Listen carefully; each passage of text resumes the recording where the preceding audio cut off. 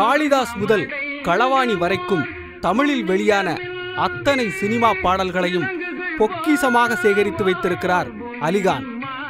காலத்தால் அழியாத காவிய பாடல்களை தேடி அலையும் இசை பிரியர்களுக்கு ஒரு வேடந்தாங்கலாய் இருக்கிறது கோடம்பாக்கத்து அலிகானின் இந்த இசை களஞ்சியம். நான் இந்த பாடல்களை துவக்க ஆரம்பித்த 1959ஆம் ஆண்டிலிருந்து நான் தேடிய பொழுது மிக பெரும்பாலான பாடல்கள் கிடைக்காமலே போயிருச்சு. அப்புறம்தான் நிறைய கிராமங்களுக்கெல்லாம் அலைஞ்சேன். அங்கங்கே கல்யாணங்களுக்காக இந்த சவுண்ட் சர்வீஸ்னு வைத்திருப்பார்கள் இல்லையா, அந்த சவுண்ட் சர்வீஸ்காரங்களெல்லாம் பார்த்து அவங்கள்ட்ட இருக்க இசைத்தட்டுகளை அதிக விலை கொடுத்து வாங்கிட்டு வந்து சேர்க்க ஆரம்பித்தேன். அதெல்லாம் சேகரித்து கிட்டத்தட்ட திரைப்பட பாடல் மட்டும் ஒரு 36,000 பாட்டும், ப்ரைவேட் சாங்னு சொல்ல தனிப்பட்ட பாடல்கள் இருக்கிறது இல்லையா, அது ஒரு கிட்டத்தட்ட ஒரு 30,000 35,000 பாடல்கள் இருக்கும். கிட்டத்தட்ட இப்போ என் கையில் 1 லட்சத்துலேருந்து 1.5 லட்சம் வரையும் பாடல்கள் இருக்குது.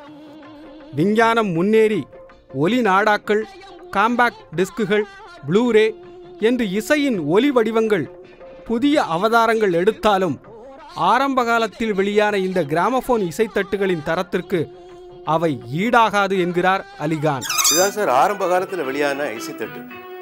இதுக்கு கிராமபோன் எப்போ கண்டுபிடிச்சாங்களோ அதிலேருந்து நடைமுறையில் இருக்கக்கூடிய இசைத்தட்டு இதுதான்.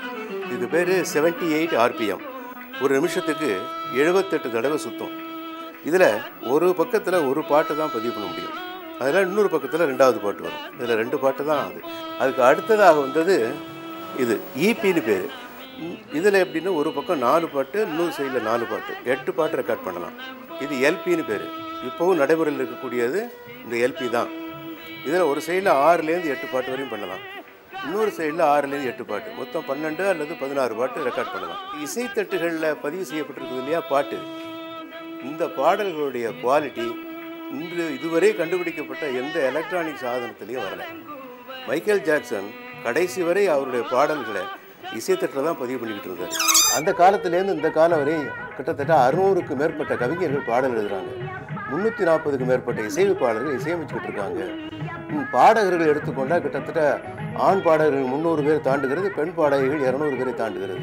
இவ்வளவு பேருடைய வாரிசுகளும் அவங்களுடைய மூதாதையர் பாடிய அல்லது எழுதிய இசையமைத்த பாடல்கள் கிடைக்கலைன்னு ரொம்ப வருத்தப்பட்டு இருக்காங்க. உதாரணமாக சொல்லணும்னா, இப்போ பட்டுக்கோட்டை கல்யாணம் அவர்கள் இருக்கிறார் இல்லையா, அந்த கவிஞருடைய மகன் குமாரவேல் எங்கள் குடும்பத்திலேயே அவர் எழுதின 16 பாட்டு தான் இருக்குது, நீங்கள் மிச்ச பாட்டெலாம் கொடுக்கணும்னு சொன்னார். அவர் மொத்தம் 162 பாட்டு எழுதியிருந்தார். அது 158 பாடல்களை அவருக்கு பதிவு செய்து கொடுத்தேன். 50 ஆண்டுகளுக்கும் மேலாய் தான் அலைந்து திரிந்து சேகரித்த இந்த அரிய பொக்கிஷங்களை பாதுகாத்து பராமரிப்பது தனக்கு பெரும் சிரமமாக இருப்பதாக கூறும் அலிகான், இந்த பொக்கிஷத்தை ஒன்று அரசு எடுத்து நடத்தணும், இல்லை திரைப்படத்துறையினர் இதை எடுத்து பாதுகாக்கணும். 2 பேரில் யார் எனக்கு முன் வந்து இதை எடுத்து பாதுகாப்பதற்கு முனைகிறார்களோ அவர்களுடன் ஒத்துழைத்து இதை அவர்களுக்கு வழங்க நான் தயாராக இருக்கிறேன். செந்தமிழ் தேன் மொழியாள் நிலாவென சிரிக்கும் மலர் கொடியாள், நிலாவென சிரிக்கும் மலர் கொடியாள்.